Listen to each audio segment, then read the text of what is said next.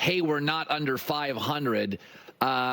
But I do think it's a well-run franchise. And Mike Tomlin, like a Pete Carroll, is going to get Hall of Fame votes. And if they ended up there, no problem at all. Mike and Pete are smart guys. But the Steelers' offense is bad. And one of the criticisms I have had about defensive coaches, they don't sense the urgency that offensive coaches do. Pete Carroll, Geno and Drew Lock are good enough. No, they're not. Sean McVay moved off Jared Goff, who's significantly better than Geno and Drew Lock. Andy Reid moved off Alex Smith, who was getting Kansas City to the playoffs for a rookie with a losing record from the Big 12. Like Ron Rivera, Sam Howell can get me there. Belichick, I won't cater to Tom Brady. Sean Payton, 1 year of Russell Wilson. Get him out of here. So it's different. So here's my question.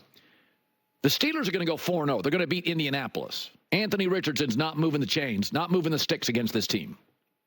They're going to be 4-0, meaning they can be 500 the rest of the year and win 10-6 heading into the final game. So what happens if Justin Fields goes 10-7, 11-6? Is he the guy? Don't confuse great story with great quarterback. Baker's redemption, Geno's redemption, Derek Carr, Justin Fields now. It's a great story. They're not great quarterbacks. And in a division with Lamar and Burrow, in a conference with Josh Allen and Mahomes, you need a great quarterback. C.J. Stroud is a great quarterback. Baker, Geno, and Justin Fields, this is a great story. It's encouraging. It's a story of redemption. And now here's the good news for Pittsburgh. They got to the playoffs with Kenny Pickett and dumped him. So that's an encouraging sign, is that they didn't just go, well, we made the playoffs. You get that a lot, I feel like, with defensive coaches. But what if Justin gets them to the playoffs? Well, Mitch Trubisky made the playoffs twice. You going to make him the future of the franchise? He got to the playoffs twice with Stafford and Aaron Rodgers in his division in their prime. So that's the thing with Justin Fields. If you look at the schedule right now for the Pittsburgh Steelers, this is the last layup. Dallas, well, no, I shouldn't say that. They face the Raiders. But there's some real toughies here. It's Dallas. It's Aaron Rodgers. Jaden Daniels now. Lamar Jackson. Joe Burrow's coming up. Philadelphia. The end of the season, this has always been about the end of the season. Atlanta, Kirk Cousins couldn't move in week 1. Bit of a layup. Denver, rookie quarterback, bit of a layup. Justin Herbert, 50%, little bit of a layup. And Indianapolis, I don't care where that game's at, Anthony Richardson, they'll really struggle to move the ball. So it just can't be about, well, we made the playoffs. Don't confuse great story with great quarterback. Lamar, Burrow in the division.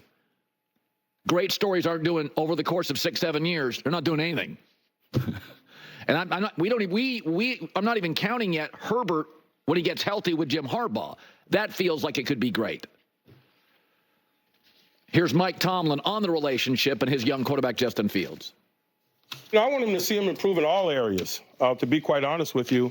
Knowing what those areas of need and improvement are difficult sometimes when you don't have a shared experience.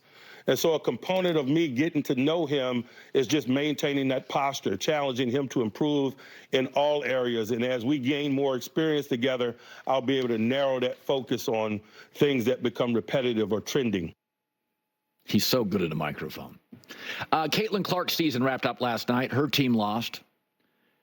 WNBA doesn't quite know how to officiate her, how to market her, how to promote her, whatevs. She called her first season solid. It was more than that. Dak is 12-2 against the Giants. Daniel Jones 1-7 against Dallas. Aaron Rodgers won big on Thursday night. Josh Allen won big on Thursday night. Dak's going to win. I don't know. I think it's a touchdown game. Dak's going to win tonight. You don't have time to do a lot of prep for Thursday night. Not a lot of surprises. Not a lot of zigzag. Best quarterback's going to win the game. I'm going to take Dak and the Cowboys to win by a touchdown. And, but it's interesting. They may look even really good winning. I'm going to go like 24-13, CeeDee Lamb, maybe have a couple tutties. I think Micah Parsons going to have a couple sacks. And the defense, no movement up front. That's because the Giants don't have much of a run game. But don't let it cloud the fact that the last 5 playoff teams Dallas has faced, they're 1-4. Baltimore, Buffalo, Green Bay, Detroit, Miami. They're 1-4 and a bad call against the Lions from being 0-5 and been routed in most of them. So don't let the win tonight, and they're going to win tonight. Don't let it freak you out. So I thought, I do about 4 times during the season, I do a Super Bowl bubble. And so let's just look. This is week 4, the start of week 4, and this is currently my Super Bowl bubble. For the radio audience, I have 7 teams inside the bubble, they're favorites. Kansas City, Buffalo, Green Bay, Minnesota, Detroit. Yeah, I buy the Vikings, Baltimore, San Francisco. I have the Jets, the Seahawks, and the Philadelphia. I'm letting them lean on the fence at this ranch. I'm letting them lean on the fence. I may let them into the property. Dallas, I don't even have the Saints on this, and they crushed Dallas in Dallas, blew them out, right? So Dallas isn't even allowed into the county lines here. So I don't even think they're close. And I've said this before. I think it used to be in the NFL that quirky and weird, little Jerry Glanville, little over-the-top guy, Dennis Green. I think a quirky and different and unique Sam Weish, you can get to Super Bowls. You can win a division. You can win a lot of games. I think the NFL's gotten smarter, more sophisticated, more business-like, more analytics, though it's not baseball where it's made the game boring. But I think with the NFL, family-owned and operated, that used to be like prideful. Hey, we're family-owned and operated. That's for a deli. I don't think that works. I think you have to be Stan Kroenke and be the biggest residential and commercial real estate owner in America, maybe the world. That's what you need now. Family-owned and operated is like the Raiders. Like, I don't know. Does that feel robust, dynamic? I've said the NFL allowed quirky, and this happens all the time in a lot of businesses. Quirky and weird is okay. In Hollywood, that used to play. And now it's like The Avengers Part 9. It's basically the independent film. Yeah, finance it yourself with your money. And I think that's why Hollywood has slowed down. It's like big streamers and big movies, and we're not making anything else. And I think quirky and weird and highly emotional, and I think that stuff, it's cute, but it just doesn't win enough. And I think that's what the Lakers have become. And I think it's what the Cowboys have become, family-owned businesses. And this is not a family-owned business league as much. It's the biggest and the richest that are winning. And I look at today, if you look at the schedule for Dallas, let's be honest, it only gets tougher. This is the last layup. I thought Pittsburgh would be. Yeah, I was wrong about that. They're going to go 4-0. So at Pittsburgh against the league's best defense. Oh, then it's the Lions, and then it's at San Francisco, and at Atlanta, and here's Philly, and C.J. Stroud, and oh, crap, Jaden Daniels is good, and oh, Joe Burrow. And this is the last layup. Cleveland was a layup. You thought the Saints would be a layup, got blown out. Baltimore wasn't lost, and then you have the Giants, Dak's 12-2. So, and what's funny is, Dallas has always held themselves, because of their regular season wins, as sort of above the dysfunctional guys, the losers. But Dallas has not won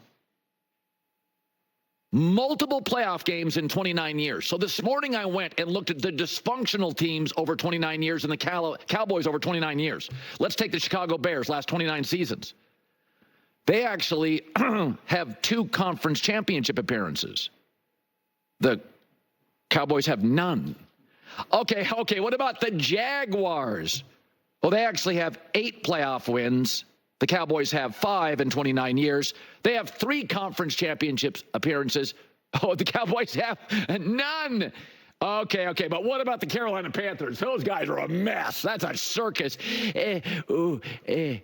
They have almost double the playoff wins and 4 conference championship appearances. The Cowboys have none. All right. Okay, you win the argument, Colin. Give me the Raiders. Ooh. They have 2 conference championship appearances and almost the same number of playoff wins. Dallas, I know you look down at them. Last 29 years, you are them. That's what you are. So don't go crazy with the win tonight. I'll go 24-13 Cowboys. Micah sack. CeeDee Lamb